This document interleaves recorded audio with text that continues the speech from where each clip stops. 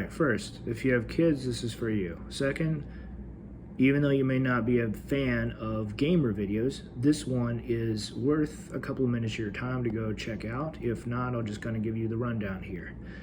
It is important to those who are not gamers. And in short, the title should describe a lot, but it does leave out the gamer part. It's important, but I feel the need to go into it more in depth. And that is how to fight back peacefully, how to protest without violence. The church does an awful job of this. They just basically seem to say, turn the cheek or forgive. Yeah, that only goes so far. It doesn't actually stop the issues from reappearing if they're ever even dealt with to begin with. Second, it doesn't prepare you to respond to any threats that may do more than just simply mock or disrespect. If you happen to have real life issues, learning how to deal with them is necessary. Now, don't get me wrong. I think counseling and good advice goes a very long way, especially with learning how to prevent a lot of stuff from even happening. But stuff like the woke ideology, any sort of pushback from these communities that you do not like or care for or are a fan of, well, learning how to fight them is important. In short, you do not buy their products. You basically shadow or ban them altogether. Like, you don't talk about them, you ignore them, you just move on with your life. And if anything or anyone tries to push these products on you, you just simply put up your hand, say no, and walk away. That's it. Hit them where it hurts, and that's usually their wallet. All right? That's like one of the best peaceful ways of ever protesting. And with the Gillette's razor ad, I don't remember how you say it, but with their razor ads decrying men as far as like, this is how men are and this is the worst that they can be and all that. Yeah, they lost a lot of businesses. They've lost a lot of support, and they lost a ton of money with them depicting men as quote unquote the bad guys. That's a perfect example right there. That happened, I want to say, like a year and a half ago at this point. I still think it's the best example to use. Anyway, moving on. The video itself is about the streamer who stood up and said, hey, this is my opinion. The school should leave kids alone, and basically got excommunicated, crucified, whatever you want to call it. I do not know the extent of the damage, but I do know that many people supported his decision, also uninstalled the game Modern Warfare 2, and some requested that their own packages and whatever that was being hosted by Activision on Modern Warfare 2 to also be removed as well, because they wanted no part of a game company that would censor someone's opinion. I think that's as political as it ever will get there, but who knows? Gamers do matter, and unfortunately it is only going to rise, because if there is a lack of relationships, there will be an increase elsewhere. Politics and games are some of the highest categories that people flock to outside of religion and families. I want to say religion as a whole seems to be stable, but I do not have the numbers and I cannot verify that.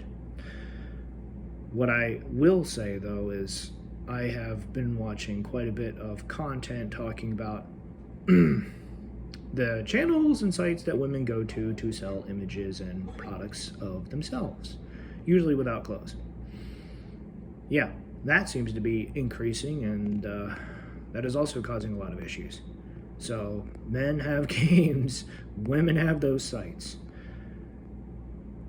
Yeah, moving on. So the video itself is worth watching. Take a couple minutes of your time, check it out.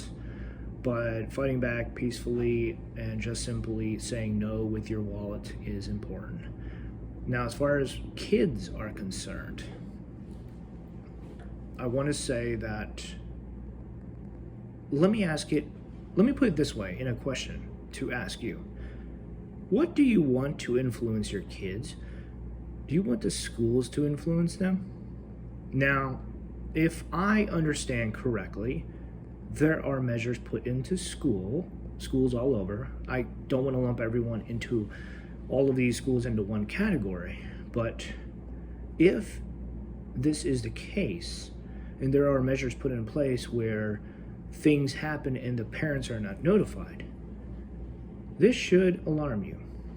If your kids are being forced to attend certain classes and to watch certain videos and are basically encouraged to change in ways that go against the parents, specifically the parents think with wanting the well-being of their child, then this is something that you should be aware of. I can't talk too much on this topic simply because I'm not a parent myself. I do not have any kids. And even though I've wanted to be a parent for years, at this point I think I accepted that I'm probably just going to end up being single for the rest of my life because, I'm not exactly the top 10% of men out there with the financial figures, the height, whatever. I generally wonder how much that is even important anyway. It's probably important for people to view you as a quote-unquote success. You're a success if you date this person. You're a success if you make $1 million. You get what I'm saying? Like, validation, success is not tied to what you do or even how much you've accomplished or who you're with. It's just not. I mean, sure, people want to believe that. Let them. Anyway, sorry I got distracted. When it comes down to kids, who they're around, you may not necessarily be able to control, but you should at least be aware of it so you can put measures into place and you can help safeguard the kids. Now, being a supporter of the LGBTQ community, I want to say that I've met quite a few struggling and troubled younger men. I've been able to help coach and counsel some. I have to say I'm very, what's the word? I'm very thankful to be able to positively impact some of these kids, with one of them going off to join the Navy and to radically change his life. That is important. Being able to make these changes and move away from not the community, but from unhealthy choices and that which is in their life that wants them to follow them, that should be settled, if not removed. I want to say that there are many communities, there's much in our lives that is temporary, that keeps us where we're at. It's not for our own interests, but for like the companies and corporations. Selling a product and selling an idea is one thing, but actually having that be a part of your life and part of what you follow and live by and all that, that's another. To an extent, the church is the same way, but the idea behind it is basically, here's God, please be closer to him, and we will help support you in that.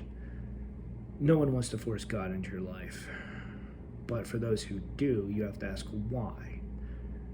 Now, for forcing anything into anyone's life, you should ask why. You should look into it. All right, that's it. I don't want this to be a long video. Just check it out.